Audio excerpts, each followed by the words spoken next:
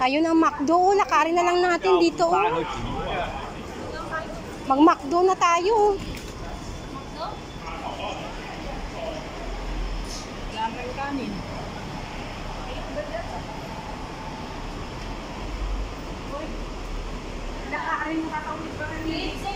O, KFC na tayo.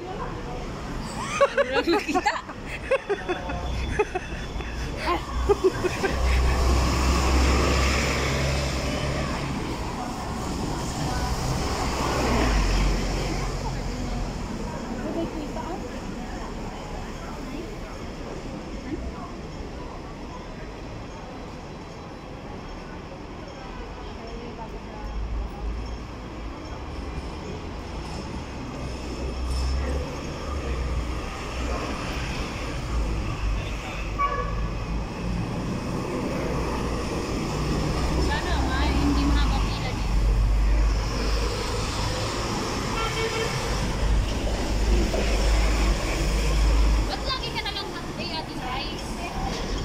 Pinauwi na yung bagong dating.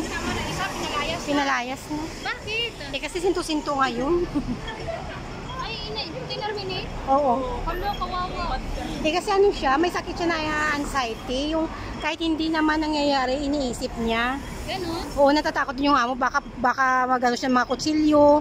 Makadampot siya ng kutsilyo. Kasi di ba may bata na special child, baka hindi niya mamanoan yung pag-iisip ng bata, tapos niya ng kutsilyo. Kaya natatakot na yung amo, kaya binalik na lang din siya. Saan tayo kapasok?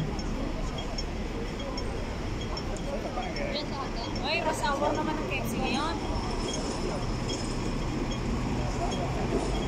Diba?